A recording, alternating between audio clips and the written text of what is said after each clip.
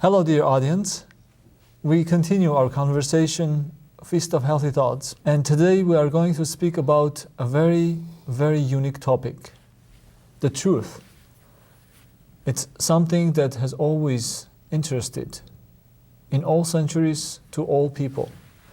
And they all have sought for the truth. As individuals, as societies, as nations, many prophets have spoken about the truth, have pointed their nations, their societies towards the truth, have prophesied for the future truth that will come. Many have sought in their minds, in their hearts, and many have found the truth. I want to start with a quote from the New Testament, where even the king who gave the command for Christ's crucifixion was a seeker of truth. In his conversation with Christ, he says, "What is the truth?" And then he cannot answer the question, and he goes on and gives the command to crucify the truth. Today we have Dr. Fitzgerald with us, and we're very happy and thankful, Dr. Kyriaki, for sharing your thoughts and your time and your energy to create these conversations. What do you think about this passage? Previously you mentioned that you have been thinking about this. Thank you, Arkady. Arkady. Yes. Thank you. Hi, everyone. We've been bouncing this topic between us for a couple of weeks now. How do we talk about the truth? Because it's an issue that all people through all time relate with, talk about, ponder, philosophize, do research from a scientific perspective. And it's interesting when we were exchanging our notes about our coming today for our conversation, and our conversation is really a conversation. I'm just reminding the listeners that we come with notes, we think about the topic at hand, but we really don't know what the other person is going to say. And it was just interesting that when you shared your notes with me, which you don't usually do, but it's been a while, so it was sweet you shared your notes with me. Your first quotation regarding reflections on what truth is, it was the same one where Jesus is at the beginning of the crucifixion process, so to speak, where he's led before Pilate and he's goaded into both Jesus in one way and Pilate in another way to engage what is truth. And in the story, John chapter 18, Jesus is challenged to confess, to describe, to articulate a defense for himself, perhaps find a way through this. There can be a stand down. And instead, what you mentioned was from John 18, verse 37, where Pilate says, "So then you are a king?" And Jesus says, "It is you who says that I am king." And in that conversation, in his frustration, Pilate asks, "Truth, what is truth?" And Jesus, as we understand, is the way and the truth and the life. And so there are two visions of truth colliding in this story. Just a few verses earlier, again, Pilate is trying to goad Jesus into showing power from a secular perspective. Jesus ends by saying, "My kingdom does not belong to this world. If it did belong to this world, my followers would be fighting to save me." Again, he says, "My kingdom belongs elsewhere." And so that is saying there's a whole frame of reference that Jesus is presenting that Pilate is completely oblivious to. For him, power is about influence. It's about what we see on earth. For Jesus, it may include this, but it has to do with ultimate power, ultimate reality, who we are in the presence of God. It's interesting that you mentioned about the fact that if his power was from this earth, his disciples would have been fighting for him.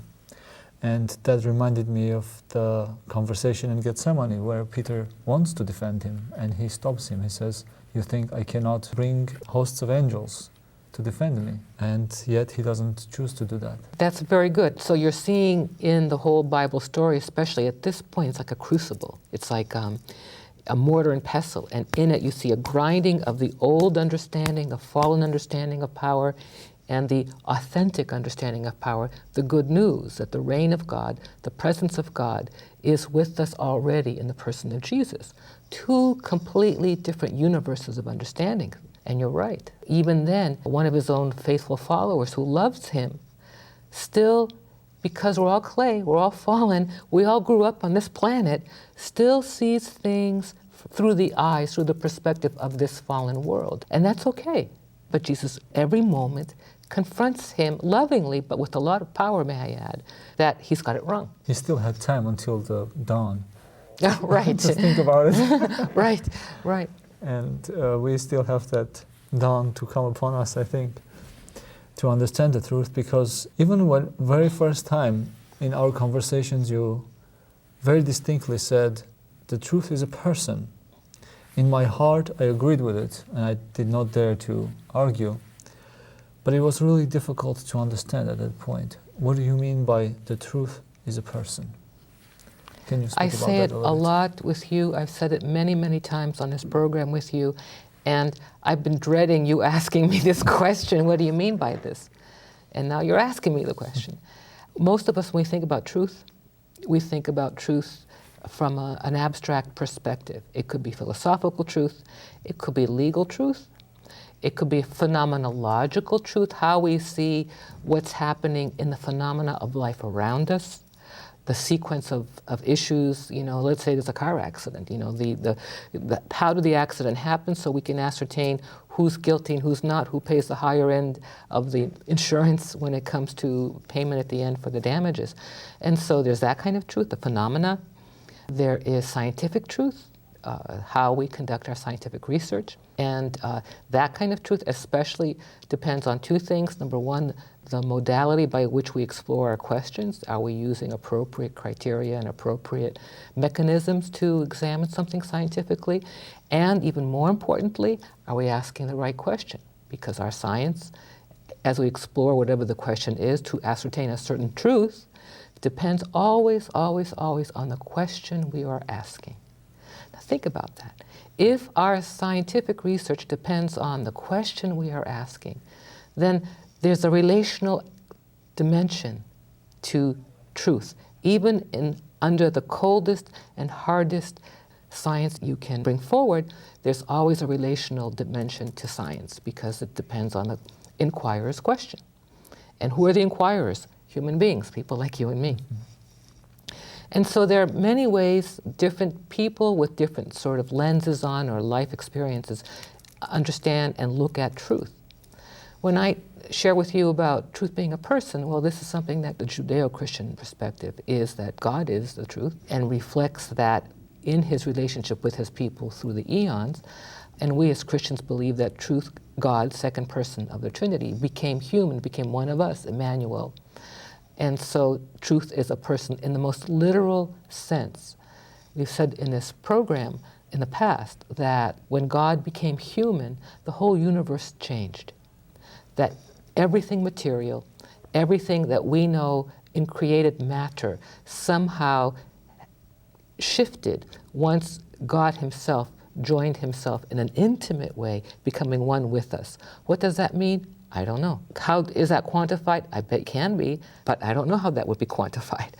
But we affirm that, and we've been affirming that through the centuries. So in a literal, in a theological way, truth is a person. So I mean it that way. But I'd like to go a little step more personal and talk about why I say truth is a person for me.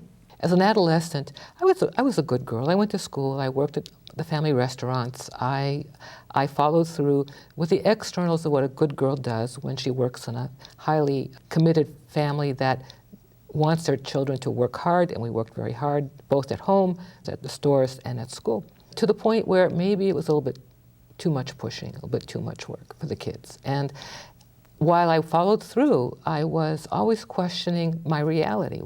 What's truth?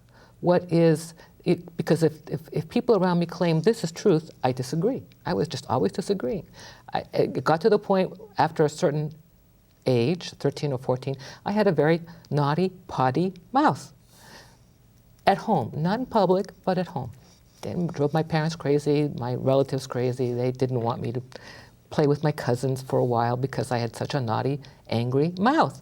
Why? Because as an adolescent, I was questioning truth. What I saw being promoted as truth around me, various relationships going on, I would say that's not true. And so there was a period in my life where I rejected everything, while on the surface still doing all the right things, being a good girl on that level. But when left to my own devices, I was always angry and always rejecting what I saw around me. And in that young 13-year-old, 14, I was pretty precocious, I think, as a 13 or 14-year-old.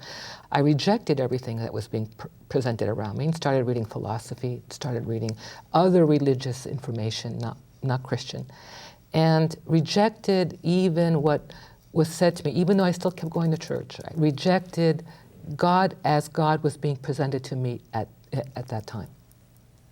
And so, as I look back, it might have been a two-dimensional understanding of God. You know, be good, or you're not a good girl, and God's not going to love you. It might have been that simple, but I think it was much more nuanced than that. I think there was some parts of the family. There was a bit of ethnic superiority being mixed in with Orthodox Christianity, and I rejected that.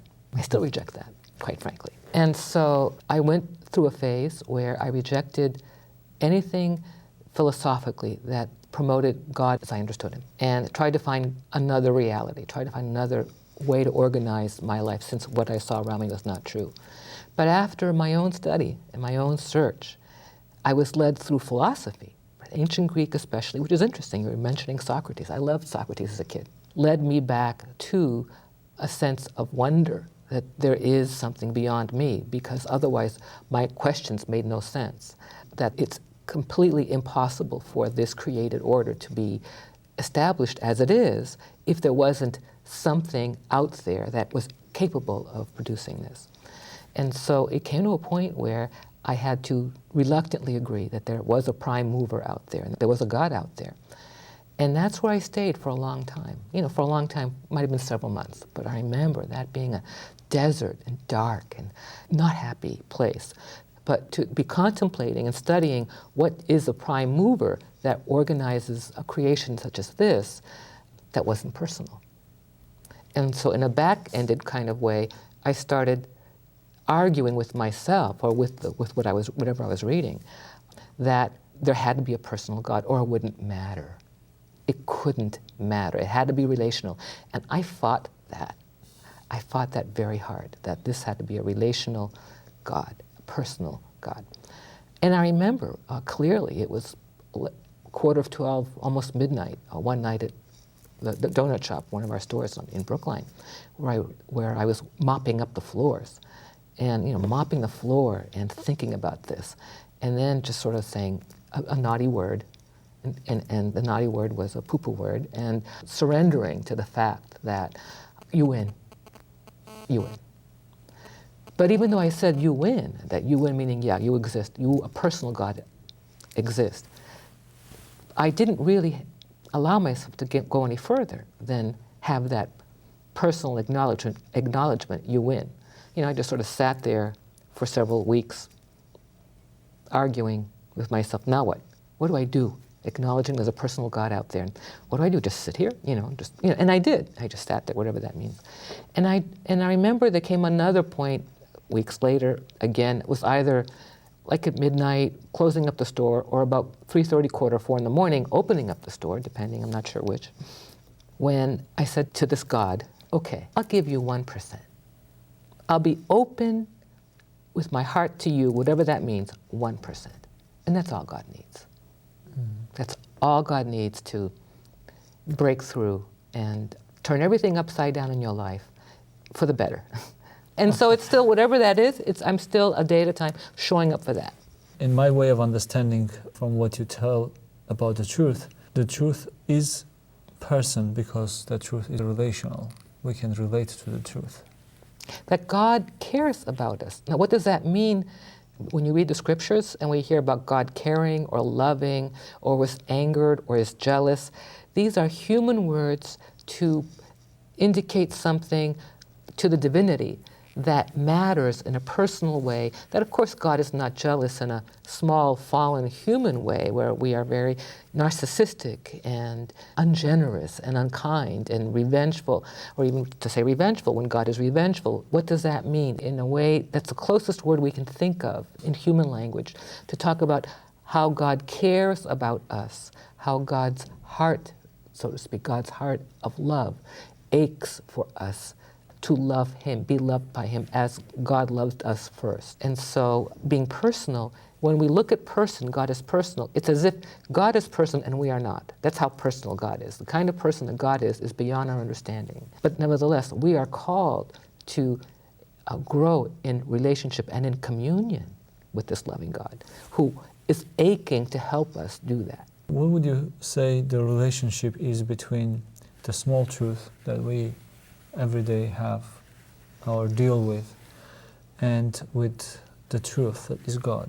Because in many instances in the Bible, we find the prophets or the kings like David or Solomon telling to be truthful, not to deceive friends, say the truth and be with the truth, go towards the truth. Do you think that everyday life, small truth, lead us to the Absolutely, big truth? absolutely. And we have to be very careful, Arkady. That's a good question. When we say truth, are we just stuck with an immature understanding of truth, or truth prods us to grow? If God is a person in a way we don't understand as a divinity, and if truth is a person in a way we don't understand, and this truth desires us to love Him, then somehow, wild as it might sound, truth and love are identical.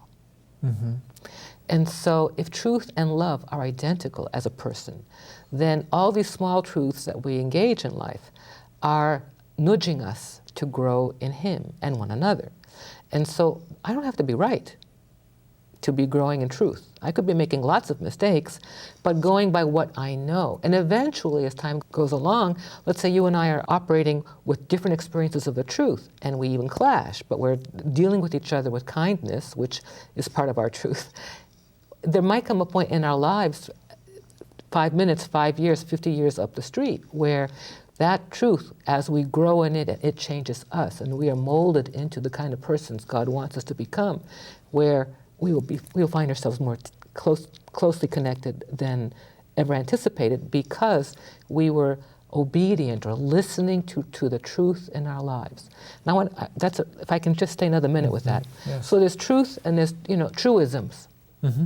And we all have to be careful in our lives with truisms, where we kind of have a safe, it's called the sin of familiarity. We talked about that. We think we know what this means, and then we kind of operate out of a certain perspective or a set of perspectives automatically.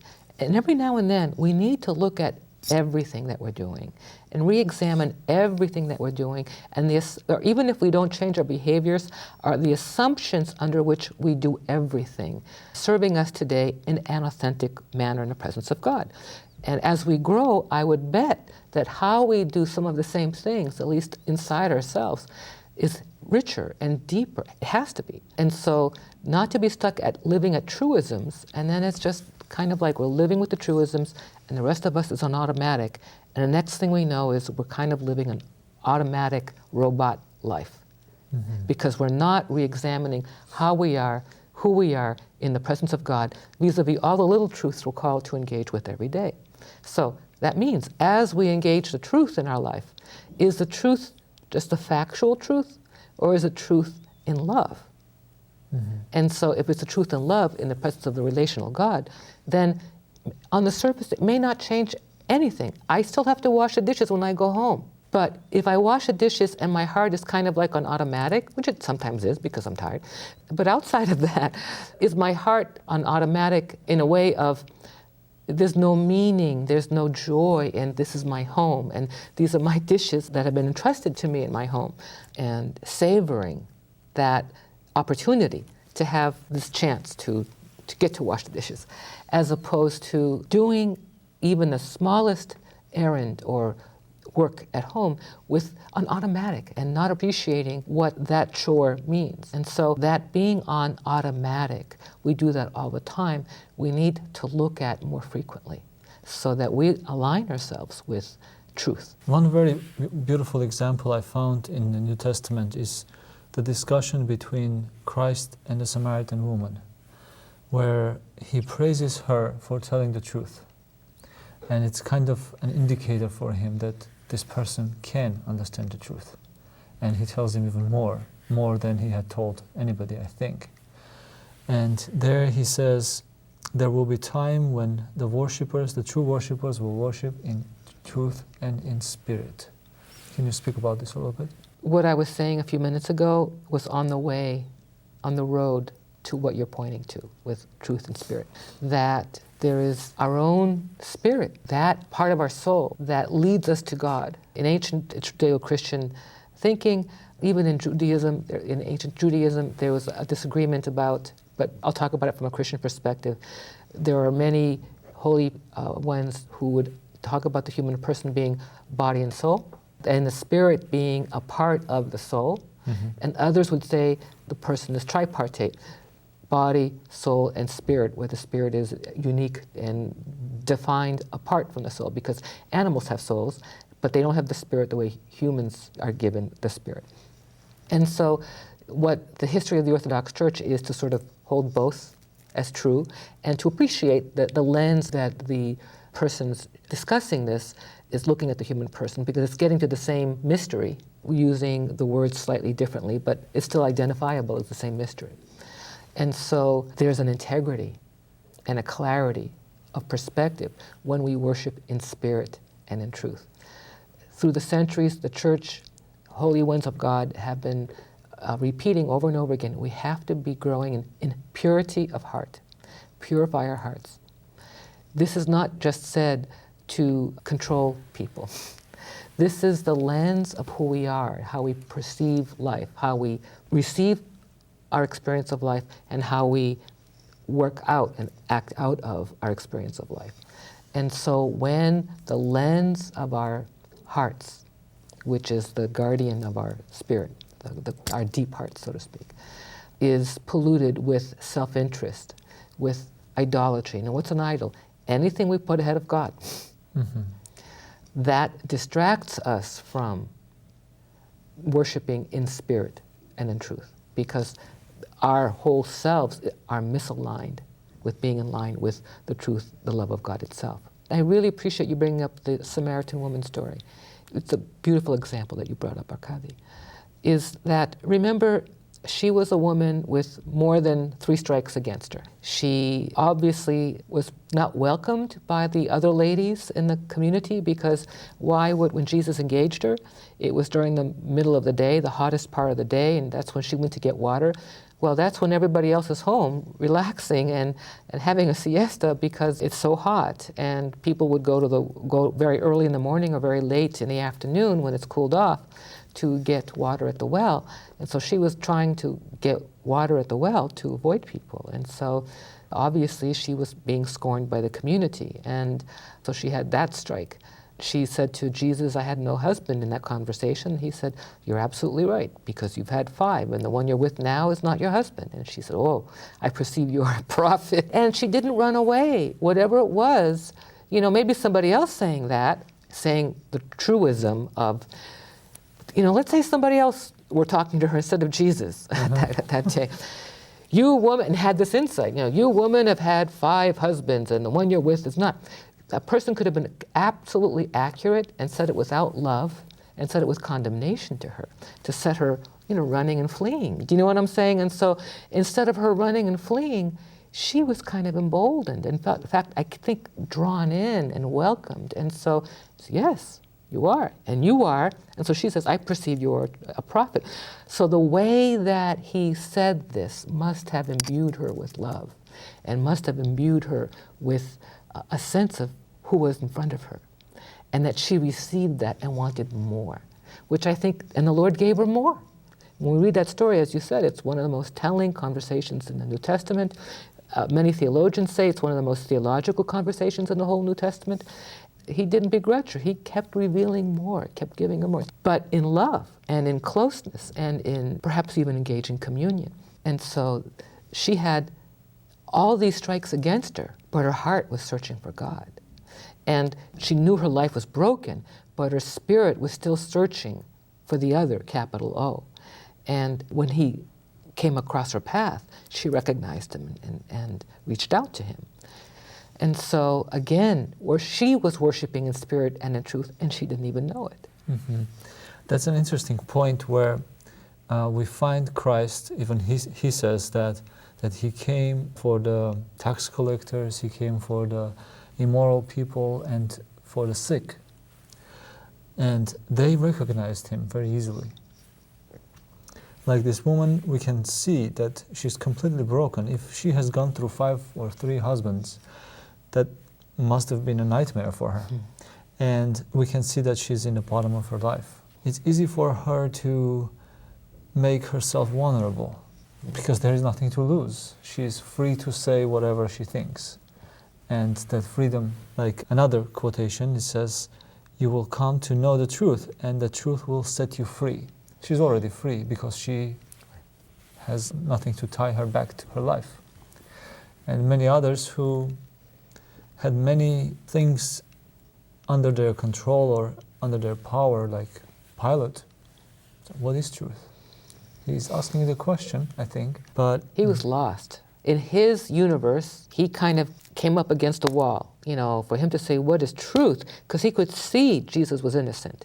He could see he was being set up.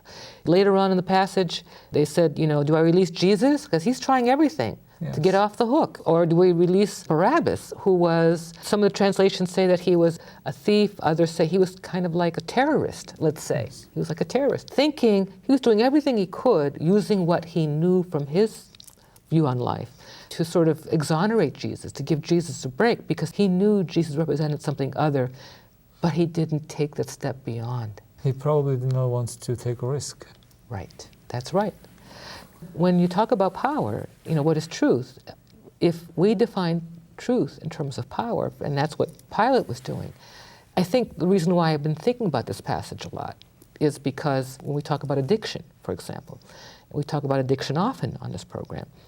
And in class, when we would talk about addiction, we would talk about what Patrick Carnes, a famous person in the addiction world, would talk about the first addiction. And he would say the first addiction is the addiction to power, or I would say as an Orthodox Christian, power, glory, and honor, which all belong to God. And so it's interesting we both thought of the same passage for today as our first passage. And power, it's not just power. We have to sort of tease power out a little bit. It's the love of power. Mm-hmm. It's not just the power, what it can do for us. It's the love of power. And what God wants from us is His love. Power is fun and it's enjoyable and it can help us do all kinds of things. But what's underneath it is the love of the power. And so Adam and Eve, for example, when we talk about the fall of Adam and Eve, when they ate from the forbidden fruit, and we would call that a fair shortcut to say that the fall of Adam and Eve is our desire to be God without God, and which is the sin of pride. And what's the sin of pride? It's seeking God's power. Well, when you read that whole exchange in Genesis between Eve and the serpent, it's very subtle. But what he tries to do in the story is not lead her away from, he's using God's regulations sort of as a way to cool her heart away from loving God. And it's once he's able to distract her heart and to have her heart seek something else, that she was able to, it's a very slippery slope, go the rest of the way.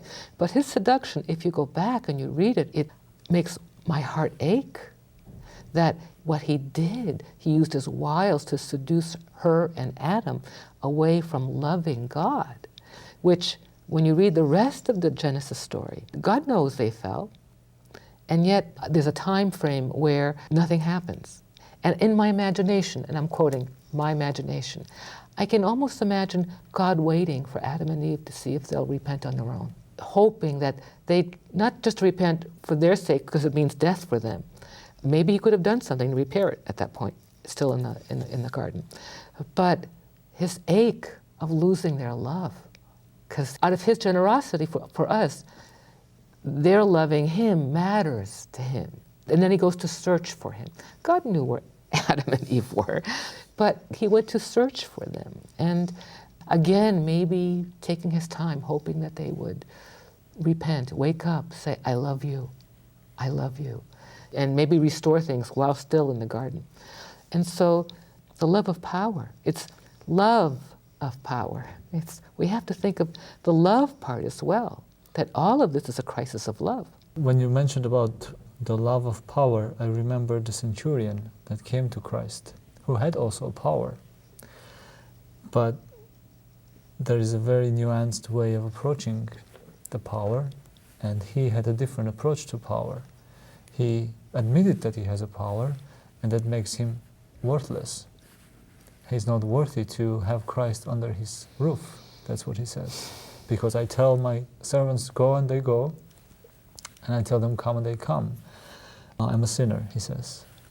And interestingly enough, Christ heals his sick servant without having to go without visit. even visiting him. Without visiting him. Let me push you and ask you a question. Can you say more from your perch in the church of why you think the centurion may have felt unworthy? I have an understanding of his feelings, not from the church perspective, but from personal perspective. By God's grace or by God's humor, I have happened to manage different businesses.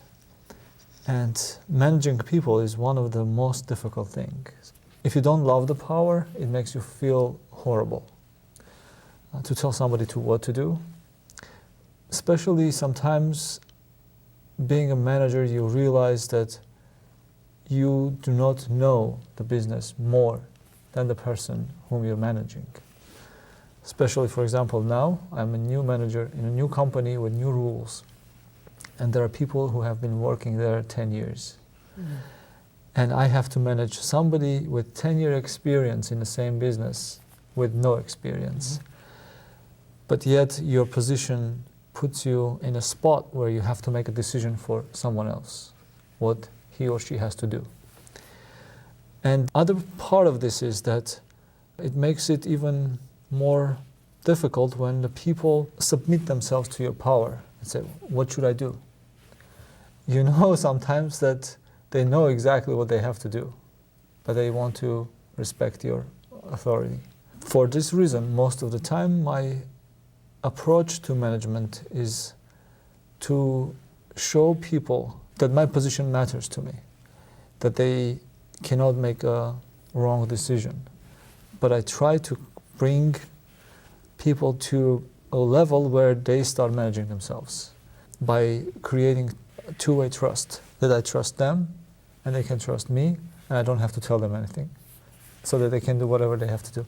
It's really hard. I mean, spiritually, it's hard for me. If I have to constantly tell what they have to do, I'll probably quit after a while.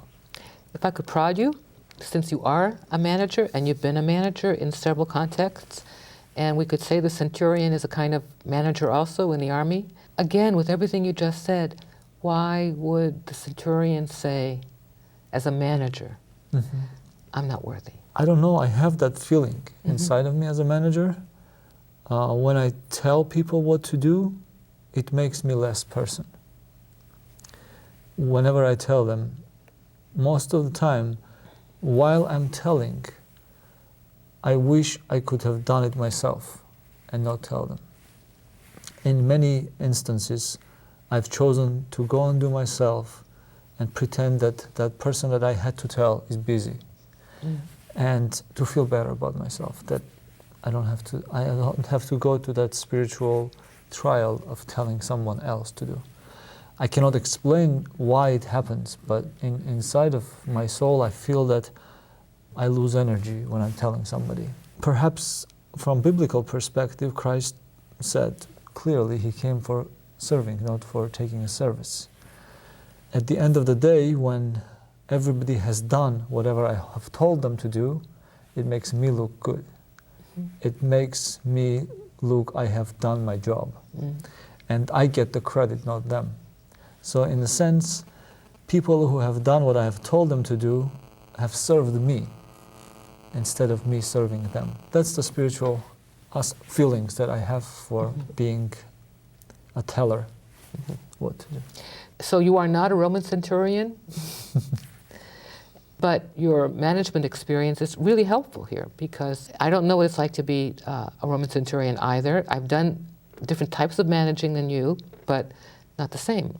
And I'm wondering what kind of compromises he had to make. that he didn't feel worthy. Sometimes in corporate world, which is close to the Roman There it is. world, you have to tell something that you yourself think is not right others to do. Especially in the army, I think that Got to follow orders. follow orders and do, in this environment, do something that was not humane. They were conquerors. They were conquering the Israel, and perhaps they had to torture people, they had to do things, and he had to tell them what to do. And ultimately, he was taking the blame for what has been done wrongly. So with what you're saying, when the centurion said to the Lord, I'm not worthy to have you come to my home, it's as if the Lord did go to his home. I guess that fulfills the conversation between him and Samaritan woman. He did not have to go into a specific place to be there. He worshipped him in truth and spirit, not in his house. Christ forgives him for multiple sins that he had. And he says that I have not seen someone else who has so much faith. I wanted to speak about something that I came across over this weekend, the story of the journey to Emmaus. And I came across with this one sentence: did not our hearts burn in our chests to know that he was Christ who we're talking with? Because they missed him. They were telling Christ about himself. It's like a joke. Christ is walking with them and asking them questions. And He must have had fun. they are telling all the stories about him and how he was crucified, and maybe he is risen, because their women came and told them that he was not in the tomb, and he is right next to them. This connects with the truth very clearly. Sometimes we may be in the truth, but we don't know. Like that Samaritan woman, you said that she was talking about the truth, but she didn't know. And these two persons who are traveling to Emmaus are walking physically with Christ, but they don't know that's him. They are probably his other disciples. What is the way of knowing the truth? Everybody sells truth out there. How can we tell what is true, what is not? Sometimes you can't. That's what you're saying, that the truth could be right there with you. As long as, I think, in our hearts, we're not actively saying no to it. Sometimes we have to walk with ambiguity. Sometimes we have to walk with sadness, like they were walking. In that Bible passage about the two disciples walking to Emmaus, and the Lord comes alongside, and they travel a while, and, they start talking, and they say, are you the only person in Jerusalem that doesn't know what happened? And that's what I thought of when you started saying the story. I'm thinking, oh my gosh, the Lord must have had a lot of fun. And I don't mean that to be disrespectful, but there must have been a part of him's delight having some fun. I remember as a young person, my spiritual father playing jokes on me. And I didn't realize that this is kind of a monastic custom, that the Yeronda plays jokes, sweet jokes, not mean jokes, but sweet jokes on the young disciple, just to test, to prod, to have fun, to embarrass them, not to humiliate in a shaming way, but to embarrass them in a way that teaches them, that goads them into a deeper level of trust and love and being encompassed in that kind of love for the Lord, that whatever the spiritual director is trying to teach or lead occurs. And so this is what it reminds me of, that he was with them. I'm sure he was respectful, but there must have been a part of him so happy that this was happening. And as I remember the story, they were saying at the end, didn't our hearts burn when we were walking together? We can be like that. We could be so distracted while something very important, even more important, is going on, that we don't pay attention to the more important because we're distracted by everyday concerns that consume us. And God knows that. That's a sweet thing, that it's okay to be confused. It's okay to walk with ambiguity. We do it a lot. I do it a lot. As long as our hearts remain open for the truth, that will be revealed. Most of the time when Christ speaks, that's how he starts. I tell you the truth, or in all truth I tell you. Well, why would the Lord do that? That's like a little wake-up call in the conversation for us to pay attention, for us to realign ourselves, body, mind, and soul, and be receptive like children to receive whatever is being said. And so again, we're kind of ending with the beginning, that the truth It's not just an abstract thing. The truth is relational. The truth is a growing relationship that takes us places. Thank you, dear audience. We are going to conclude our conversation here, trying to express the way we understand from the Orthodox perspective, from the Church's perspective, how the truth has been revealed to the Church and how the Church has kept it through centuries so that we can relate to the truth in our lives. Thank you, Presbytera, for sharing with us your thoughts, and we'll continue this same conversation during our next meeting.